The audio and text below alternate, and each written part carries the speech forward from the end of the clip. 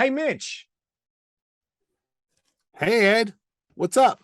Hey, guess what? It's that time of the year again. Oh, Ed, I've told you I don't care. We're not doing Condor Man. No, no, not Condor Man. It's Halloween. I thought we could watch a scary movie. I thought, have you seen The Exorcist? No, I've never seen The Exorcist. I thought we were going to do something like Fright Night. I've never seen Fright Night before.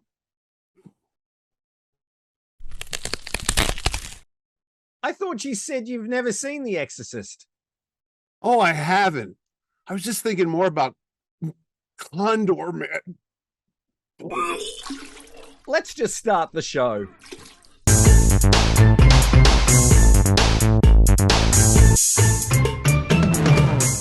Hi, this is Ed Dollister. And this is Mitch Halleck. And welcome to another exciting episode of Mitch and Ed's Excellent Adventure. If it's your first time here, thanks so much for joining us. If you are one of our new subscribers, thank you so much for subscribing. Hey, Mitch, before we start today's topic, how can you find out a little bit more about our previous shows and how to find out when we have a new one coming? Oh, Ed, that is as easy as being stuck home alone with a homicidal maniac upstairs in your basement with a knife with your name on it. All you have to do is smash that button down below and subscribe to the Mitch and Ed's Excellent Adventure Show, and you'll see all our previous episodes, all 70 of them, actually. There's a lot of them there. And you can get notified by hitting the bell, and you'll know the next time we go on an adventure. And plus, hit the like button, because if you do like what we do, we'll know to keep on making more. So, Ed, it is the time of All Hallows Eve and witches and all that fun stuff. So I know we're going to be talking about some scary movies. What's up on the list in your neck of the woods? So I thought we'd talk a little bit about The Exorcist, and I know you're going to tackle something a little bit different, Fright Night. Now, you've never seen The Exorcist, correct? No, I got to tell you, Ed, is a young Catholic boy growing up here in New Haven, Connecticut. It was basically banned by my Catholic church, the St. Brendan's School in New Haven, and the priest came out and told us. Mind you, I was a little boy. I think this is 1973 it came out, It so I did, was yes. like in first or second grade. I was like 6 years old. They told us under no circumstances whatsoever were we allowed to see The Exorcist because it was against the church, it was against everything. So much so, Ed, I was so scared of it when the ads for the movie would come on TV, and it would basically be the silhouette of the priest under the streetlight, and they would play that piano music. Yeah, I would Tubular plug Bells. my ear. My sisters and I would cover our ears and close our eyes and hum during the commercial so we wouldn't hear it. That's how scared, that's how terrified we were of The Exorcist, because it was in all the papers how people were going to the theater, were getting violently ill from the images on the screen. People were throwing up in the movie while watching it. They were scared out of their minds. So that's why I have never seen it to this day. Have not sat through The Exorcist, but you have. And tell I me about it. have. Now I'm just a few years younger than you, but I was like 3. I certainly didn't see it when it came out. I saw it when they did a re-release of it, the version you have never seen. And that was in the I think that was in the 90s that they brought that out. And I've got to say, it's a terrifying movie. Even to today's standards, there are some things that are just flat out creepy in this. It's of course based on the novel by William Peter Blatty. It's based on a it sounds strange, but it is based on a true story. I mean, Yeah. not the actual demon and everything like that, but about a boy that was possessed in the Yeah. 1940s. They obviously changed some details and things like that. They got director William Friedkin on board, and of course William Friedkin is probably best known for a few things, but for The French Connection Part 1. It's a really terrifying picture. It's not like the young people today with horror movies and fast editing and everything like that. It's a really slow burn. There's a lot of wonderful performances. Max von Sydow, we've got Jason Miller, playwright, playing Father Callis. You got obviously Linda Blair as Regan, the girl who's possessed by the demon. Ellen Burstyn as her mother. The music by Mike Oldfield. He only contributed a number of songs to it, but everyone knows those tubular bells. There was a hit album based on that.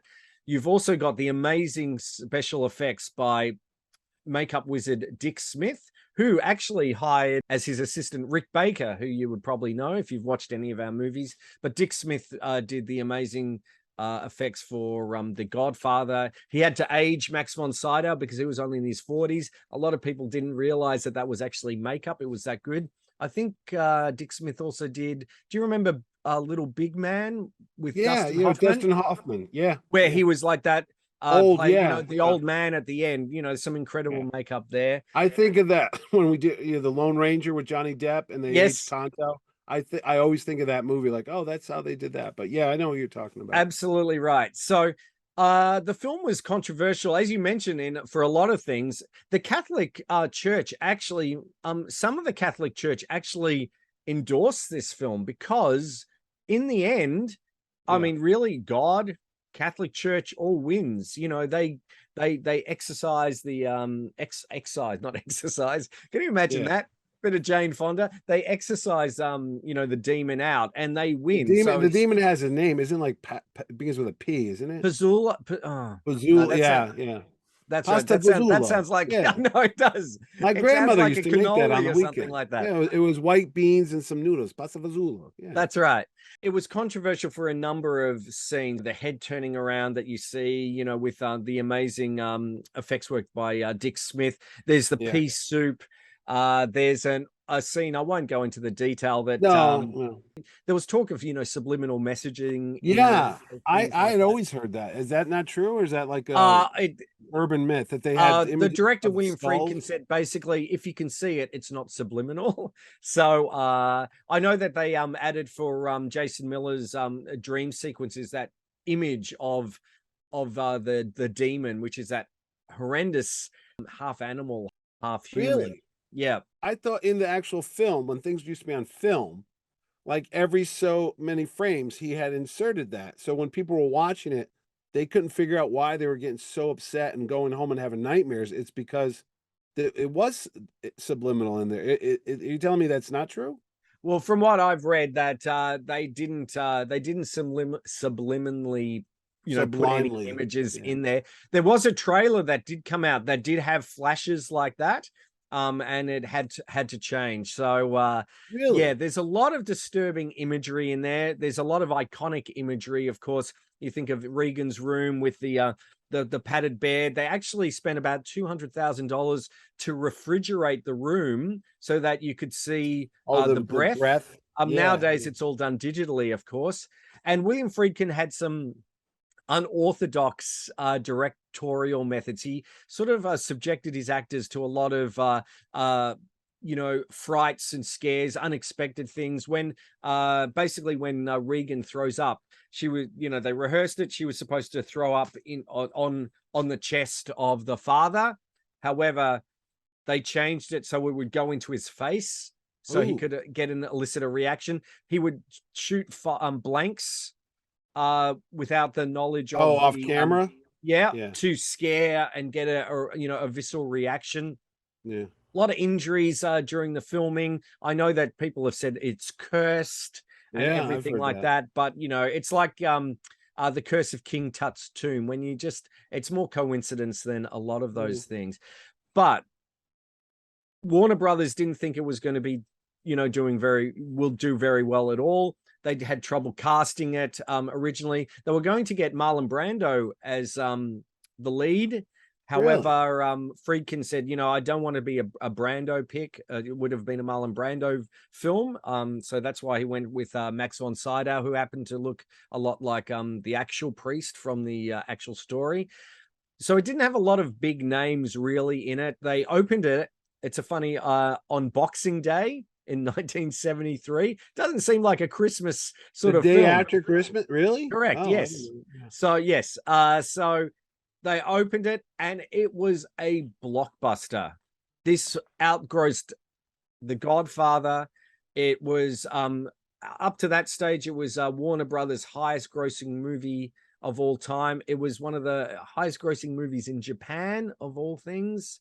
And in fact, I believe it was the highest grossing film like Christmas release film up to, was it Superman. Titanic? I think was released around that time. No, for Warner's, I was gonna say probably Superman, right? Well, then, yeah, of course, that came along 5 years later, but it Yeah. was huge, absolutely huge. And I think it was probably because of, that advertising, that, oh my gosh. And you were right, people were getting sick in there, people were Yeah. reacting in such a visceral way to it. And when you hear that music, even now, it just creeps you out. You can feel the hairs on the back of your neck rising up. That amazing staircase that you can go still visit. They've called it like the Exorcist steps I think it's in Georgetown in Washington, D.C. It is. It's near Washington, D.C. Yeah. So you can go there. It is a terrifying movie still by today's standards. And if you haven't seen it, it's probably a good watch for Halloween. Yeah. Well, if you say so. Now, can I ask about the sequels? The Heretic. Well, I didn't want to really talk about. So in 1977 came along Exorcist 2, The Heretic, which with, starred. It had Rod Steiger. No, it had Richard Burton, James Earl Jones, and the Flying Locusts, and also it was directed by John Boorman. And oh, really? Boorman from Excalibur? returned. Yeah. And Deliverance. That's Louise Fletcher was in it as well. And it had the biggest opening day for a Warner Brothers picture. And then it just slid off. And it's considered a box office bomb. It actually made some money. It made profit, but nowhere near Exorcist numbers. And it was totally different to the now that one I do remember a little bit about, but it was more like it was an archaeological dig. And yes, and they were looking at like the psychology, like ESP and psychology, and it's considered one of the worst films ever made. I wouldn't say it's that bad. It's got some interesting visuals and things like that, but not fantastic. Then they brought out actually there was Exorcist 3 that was brought out in 1990, and that was actually directed by William Peter Blatty, who had written the original Exorcist. And he didn't want to call it The Exorcist 3. He wanted to call it Legion. It had the same character that was played by Lee J. Was that with Paul Bettany? No. What's the one where he's a big the big archangel? So then they did Paul Schrader. They did Exorcist like a New Beginning later on, but that whole film was scrapped, and they basically with I think it was with Stellan Skarsgård, and then they brought in Rennie Harlan to direct it and redo it. So they released that, and then a year later they released the Paul Schrader version, which was same actor but totally different, and they both didn't really do very well. That's weird. I didn't realize there were so many sequels to The Exorcist. Yeah, there is, but really stick with the original. And Exorcist 3 is not too bad. But there's not really, they had to add an exorcism in it. They got Jason Miller to return as Father Karras as a sort of like a flashback, because he obviously spoiler dies at the end of The Exorcist. But terrifying film. Is it as terrifying? I just remember I remember a lot of parodies of The Exorcist. There was I'm gonna say maybe Carol Burnett show. Somebody did a takeoff of it because everybody was doing spoofs of it. Well, I suppose the best known would be Repossessed with Leslie Nielsen. Yeah, there was that one, and then on Saturday Night Live, they did one with Richard Pryor. Okay, was the priest. Yes, and Lorraine Newman was the Regan girl. And I think Dan Aykroyd was in it, and it was in 1975 or so. And what happened is he's there, and then basically all hell breaks loose, literally. And Richard Pryor just gets on top of her and starts, punching her in the face and stuff. But it was funny. Yeah, funny. No, honestly, I would never see it because I'm a big scaredy cat. But no, it's one of those things where it's like, it is a classic. Oh, the other thing I should say that It was nominated for 10 Academy Awards. And it was Really? and it was the first horror film to be nominated for Best Picture. What one? In Godfather? No, that was 72. So in 73, I don't know. I will put up Oh, what beat it right yeah. now. So what about Yeah. Fright Night? I've never Now, seen. Fright Night. Now we're going to go a little different because Fright Night. Is that Do I sort of have like right? a more of a comedy? No, well, no. I have the special edition that just came out, and there's with Chris Sarandon. Fright Night came out the same year as Silverado, and all Columbia was putting their money on Silverado. They thought that was going to be the big hit, the Western that had Kevin Costner and Kevin Kevin Kline, Yeah. Danny Glover. It's a great movie. Don't get me wrong. I love Silverado. It's one of my favorite Westerns. I remember seeing it the same summer as Mad Max, Beyond Thunderdome, all that came out. But this was a little horror movie written by the guy who wrote a movie called Cloak and Dagger, and his name is With Tom Dabney Holland. Coleman. That movie. Yeah, but while he was making that movie, he said, I want to do a salute to all the cool vampire movies, all like the Universal horror movies. And the director and writer's name is Tom Holland, not to be confused with Spider-Man, Tom Holland. Mhm. This is the creator of Fright Night. So he wrote the story about a washed up old type of horror movie actor who now hosts like the local. I don't know if they have them in Australia, but here they'd have like Elvira. Right now they got Svengoolie. We used to see Elvira. Now, is that the Roddy McDowall character? Roddy McDowall character. I remember that. Yes. Yeah, his name is Peter Vincent. They wanted to get Vincent Price. The role was written for Vincent Price, and at the time his health wasn't so well because the director went and met with them. And he said, "Oh, I have this great script, and I want you to be in it, and you have to play this very hammy, overacting thespian who's now relegated to late night horror shows on a local TV channel." But what really happens is there's a real life vampire in this kid's neighborhood. And it steals a lot from Rear Window, where if you remember that movie, Jimmy Yes. Stewart is wheelchair bound and he's looking through binoculars and he watches across the way as his neighbor, played by Raymond Burr, murders his wife, and he Yes. sees everything. He's watching all this. So in this film, you have Charlie who's watching his new neighbor that just moved into this old spooky abandoned house, and he starts to see things. And in one night, he sees Chris Sarandon, who plays Jerry, the guy next door, and fangs come out of his mouth, and there's this very pretty girl, and he starts to undress her, but then he goes right for the neck, and no one believes him. And he's got this completely dorky friend that they call Evil Ed, and he's like, stereotypical, like, yeah, you're such a loser, Charlie Brewster, and all that bit. And Charlie's got a girlfriend, sweet all-American girl next door who just wants to, be with her boyfriend. But Charlie becomes obsessed with trying to tell people that his next door neighbor is a real life vampire. And Chris Sarandon, who you might know from like Dog Day Afternoon, and Princess later on Bride. Princess Bride, exactly.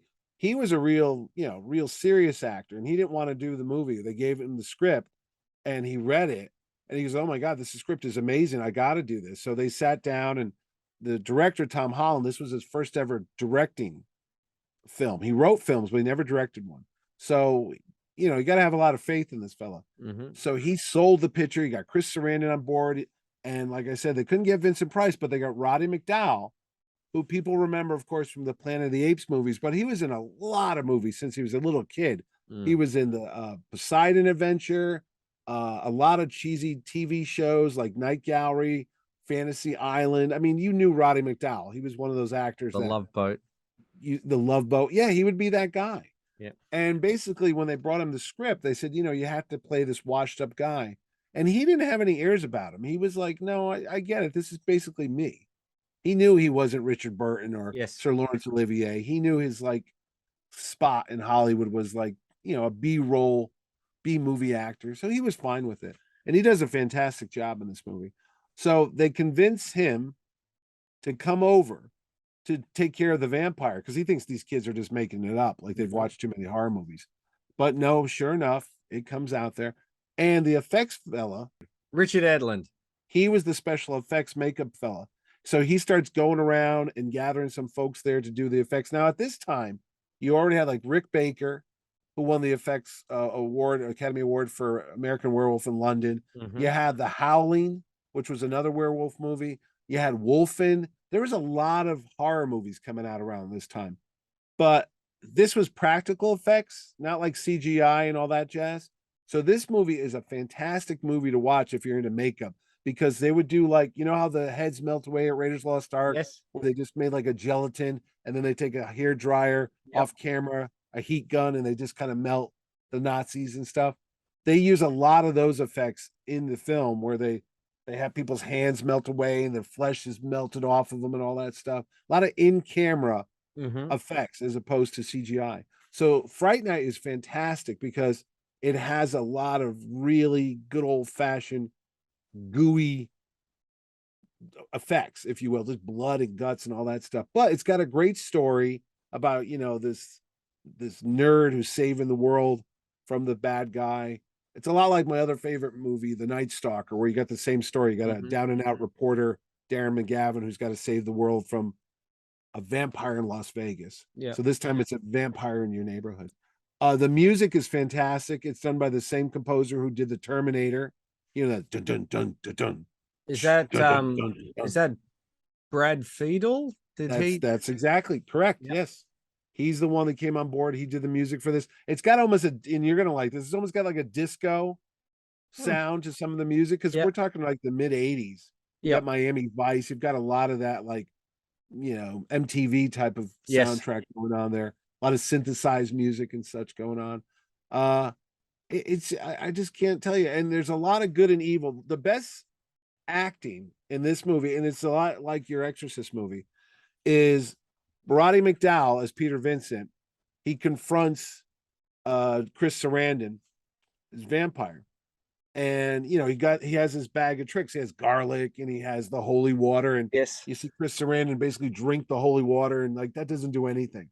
And the part that I like the best is he pulls out a cross and he holds the cross up. This is Roddy McDowall holds the Yep. cross up to Chris Sarandon, and Chris Sarandon laughs at it.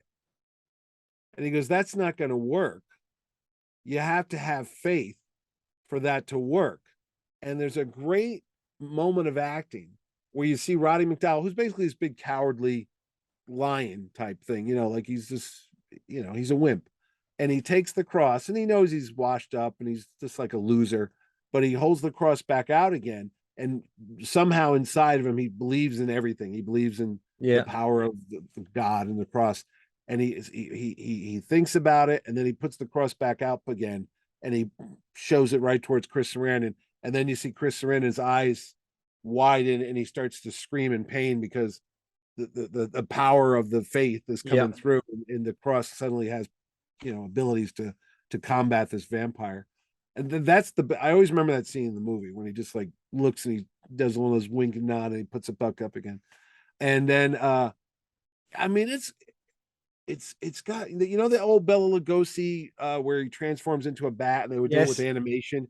That happens in the movie too, because Chris Sarandon's vampire turns into like a bat and flies off, and it's great effects. The guys that worked on Ghostbusters, they took a lot of the old leftover Ghostbuster models and makeup effects, and they used up everything. They burned everything up.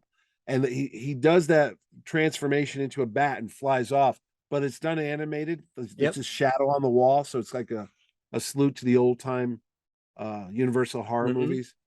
But it's just I don't know how else to tell you. It's a great movie. You sit down, you watch it. It's it's not as It sounds a spooky. bit more fun than The Exorcist. It is, and there's a lot of pop-up scares. Yep. I don't know why I didn't. Sorry, I was possessed by a dust. That's all right. I don't know why I didn't see it when it came out. I remember seeing, because I remember Roddy McDowall. Didn't he have like a? Did he have a? Was he wearing like a Sherlock Holmes sort of? He was. He has like I call it like a John Pertwee Doctor Who outfit. Yes, it's got the little upper like a cape type of shawl thing that Sherlock Holmes in would that. I remember seeing, but was that around the same time as the Lost Boys? or was it Lost No, Boys this came later? out in 1985. I think Lost Boys was That was 87, 87. wasn't it? Okay. Yeah. I No. don't know why I didn't see it because I saw Monster Squad, which this sort of Yeah, I feels. didn't like Monster Squad. That was too Okay. goofy. No, but this is it's done better. The girl that plays Sarah in the movie, she goes on to be on the show Married with Children, Yeah. the one with Ed O'Neill. Yes. She played the neighbor next door for years. Okay. Same actress. Yeah. Oh, I And know. I can't think of her name, but I know who you mean. Yes. yeah, she's in the With movie. Roger from Yeah. yeah, Yeah. her, From Love. Yeah. Ted McGinley. yeah, Ted McGinley. Yeah. Yes, that's right. That's who it is. And I'm trying to think of some of the things that happen on set. I mean, there's a lot of, just like your movie had some behind the scenes like curse things. This wasn't curse. I know the kid that plays Charlie breaks his ankle in the movie, so he's the star of the movie, so that kind of shuts production down a little bit. So they had to film around him. They use contacts on people, not like nowadays where it's like soft contacts. This was like really Oh, the glass one. glass Yes. that was painted. So there's a lot of those shots, but the actors couldn't see. And you have to grind the glass down Yeah. to make it smooth, but they didn't do that sometimes. So the actors put them on and it felt like sand in their eyes. They were actually scratching their corneas because they weren't smooth, the contact. So they were really in pain. And they used to make that smoke effect. Unlike you, where they were saying they like put the room down really cold, this they would use an acid and a base, and you'd combine the two. It's simple chemistry, and you'd Yep. get that smoke and bubbling effect. Well, they wanted to do the on-camera death of the vampire all in the frame. So Yep. what they did is they put layers upon layers of latex and some thin, material and stuff, and they soaked it in an acid base, and then they just poured the counter agent on top of it. So when it hit in the movie, it just instantaneously dissolves in real time. And it happens. It's great. But it's all over the floor. So the effects guy goes home, he's driving home, he doesn't think twice about it, and his feet start tingling. Well, what would happen is all that stuff got on the bottom of his shoes, Yeah. and it was literally eating away at his shoes. So when he got home, the bottom of his feet, it actually ate through his socks and his shoes. It was eating the skin away. So he couldn't walk for a couple weeks because it literally was eating the flesh off there. So that's dedication for you. It is. Yeah. And it's just something to see. There's a lot of effects things there. Roddy McDowall, I think this is one of his final. No, he died in 1998, but I think this is his last big screen movies. I mean, he was on Tales of the Gold Monkey just before this. Yes. And that's about it. And then there's a sequel. Wasn't is that there? good? I didn't know there was a Yeah, sequel. there's Fright Night 2. And what happens is there's a Fright Night remake with David Tennant. That's kind of based on. I have. Yes. Okay. That's that's pretty recent, isn't it? It just came out a couple years ago, like 2012 or so, or maybe later, 2014. He's in Vegas. He's like a rock star type of guy. I have heard of that, but I missed that. But you know what? You have convinced me to watch Fright Night. I'll see if it's on streaming services somewhere here in Australia. I don't think I've convinced you to watch The Exorcist. You can't go against all your Catholic upbringing. No, unlike your show, mine had a bunch of comic books and there's merchandise. There's actually been a Fright Night comic book that ran for 30 issues that tells the adventures of Charlie and Roddy McDowall's character as they go hunting ghosts. There's some toys, there's some action figures, there's some props that go for good money. And I was going to tell you, you've watched the Child's Play movies, right? Not really. Oh, well, Tom Holland, the director and writer of this movie, goes on to create Chucky and Child Play, and then Chris Sarandon's in those movies, and that's a whole other bunch of movie things. They do tours, and Chris Sarandon, not only was he in The Princess Bride and up for an Academy Award for Dog Day in the Afternoon, you know where I'm going with this, Ed? I do. He lives right down the road in Fairfield, Connecticut, near my house here in Trumbull, and Chris Sarandon is nearby neighbor. So, and has he and been a guest at Terrificon? He will soon. Okay. I'll invite him there, and then I'll have to get an autograph for you too. But yeah, definitely watch Fright Night. It's a lot of fun, a lot of good old-fashioned effects. Not as spooky as yours. It doesn't violate the Catholic Church. There's no obscene things going on with crucifixes, unlike your movie. All right, a little side note. Okay. When The Exorcist came out, and I'll take you to this place, right down the road from me in another town called Bridgeport, Connecticut, Yes. there was a house on, I think it's 6 something Lindley Street, Linley. It made all the local news, it made the newspapers. You could look it up online. There was some kind of possession going on in that house. The furniture was flying across the room. Police officers, firemen went into the house. Tables flew through the air. Refrigerators flew. The cat that was on the front porch, they said it was trying to talk. It was making the scratch. The house was possessed. So much so that the Ed and Lorraine Warren, who lived up the road from me in Monroe, Connecticut, the Ghostbuster people, went to the house to try to do an exorcism on it. It was insane. It was in all the papers. You can go find it. It happened. It was a possessed house. Coincidentally, it comes out right around when The Exorcist came out. Mm-hmm. So to this day, I don't know if that was an elaborate publicity stunt or there really is a possessed house not too far from where I live here. So yeah, I don't mess with the devil, Ed. You got to be careful of that stuff. So Yeah. I'm not going to be watching it. Let's watch it from the safety of our living rooms. Fright Night, maybe not Exorcist. You can find out though a lot more about some other Halloween inspired movies and TV movies by watching one of our previous Halloween specials, and you can click on it up here and enjoy that. And also we've got about the Night Stalker as well. We talk about that, which is great Halloween fodder. Mitch, how can you find out a little bit more about our show? Oh, Ed, it is as easy as sacrificing your eternal soul to the Prince of Lies and Satan himself.